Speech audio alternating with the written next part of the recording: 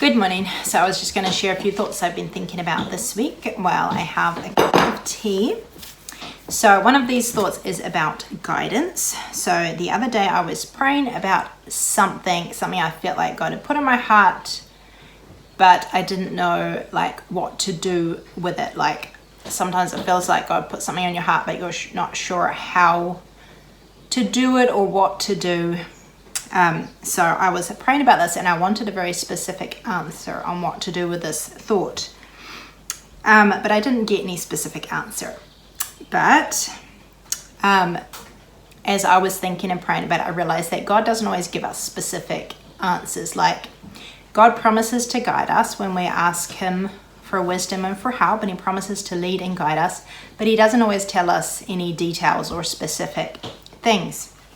And I was thinking how, we want answers, we want very clear guidance, but sometimes God just points us in the right direction. Sometimes that's the only guidance He gives at the time, is like to point us in the right direction. And as we follow God, then He works things out and He does guide us, but He doesn't always, give us any details.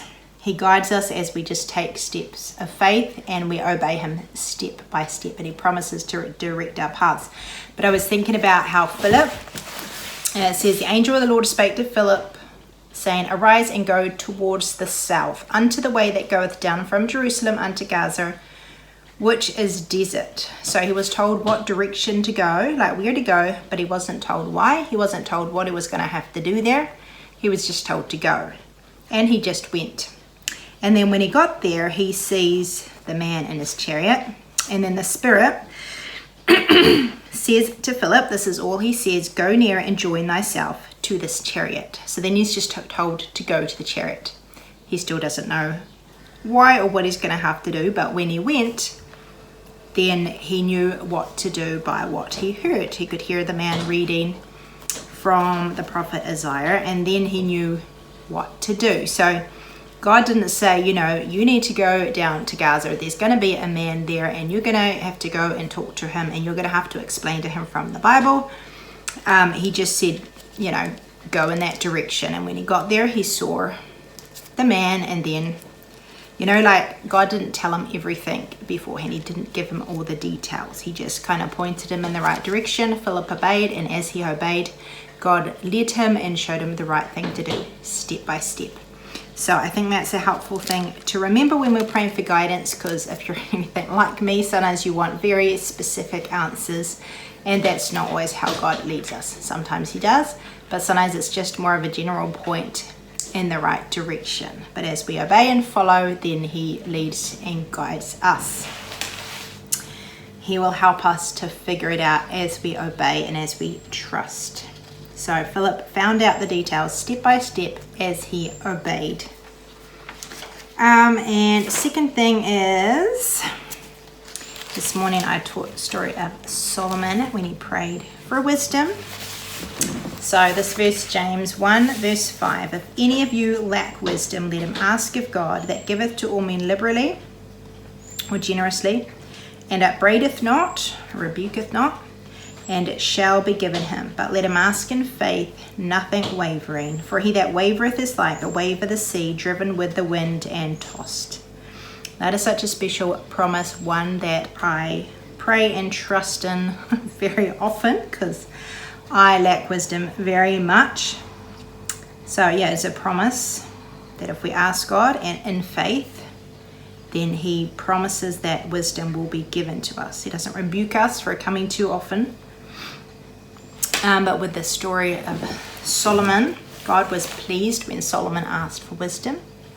And that just kind of struck me, how God is pleased when we ask. Even if it's 100 times a day, God is pleased when we ask for wisdom, because it shows that we need Him, shows that we know that we need Him, that we are humble because we know we can't do it on our own.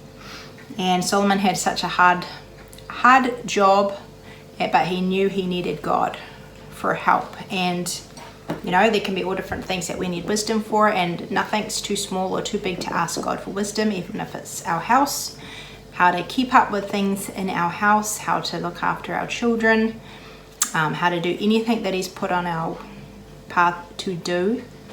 He commands us, and he wants us to ask him for wisdom, and he's pleased when we ask for wisdom, and he promises that he will give it.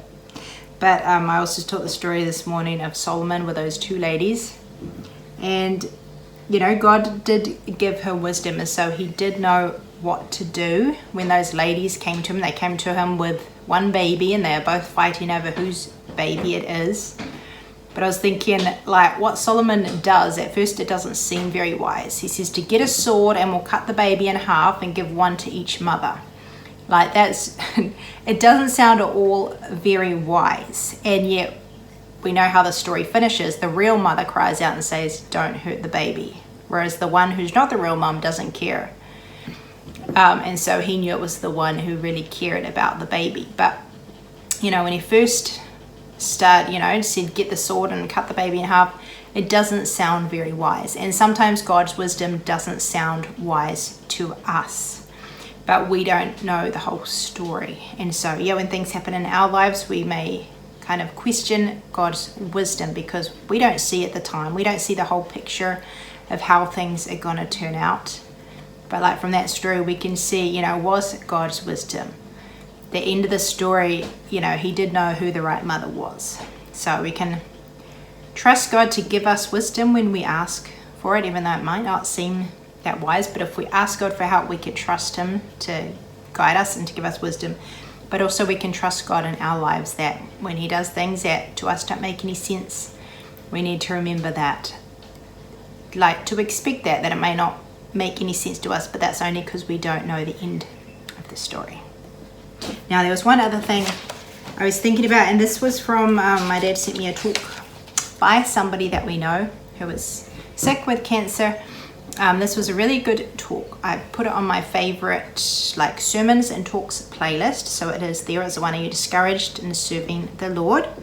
But I actually wrote down a lot of notes from it because it was so good. But one thing in particular, he said to focus on what God has called you to do. Like, it's so easy to have our eyes on what other people are not doing or doing that we might think is not right. And if that's what we're looking at, then we're not looking to God, and we need to focus on what God has called us to do and not worry so much about what everybody else is doing. And he said you can be used mightily by God even if no one else around you is. But I was thinking about how, like with David and Goliath, if David had been focused on what everybody else was doing, which was not fighting Goliath, he could have done nothing as well. But God only needed, of course God doesn't need us, but God just used one person who stood up, who trusted him, and who, obeyed, who stepped out in faith. God won against Goliath with just one person. And, like Jonathan, Saul was scared and all the other soldiers were scared and going into hiding. Jonathan with his armor bearer, they went and started the battle. And so it just started with two people. And I think there's a lot of stories in the Bible like that. We don't need everybody else to be doing right for God to use us. We just need to focus on what God has called us to do. And even if nobody else around us is doing what is right or following the Lord, God can use us to do great things if we focus on what he's called us to do and not on everybody else. So I found that very encouraging, and he also said we can be too big for God to use, but we can never be too small or too weak.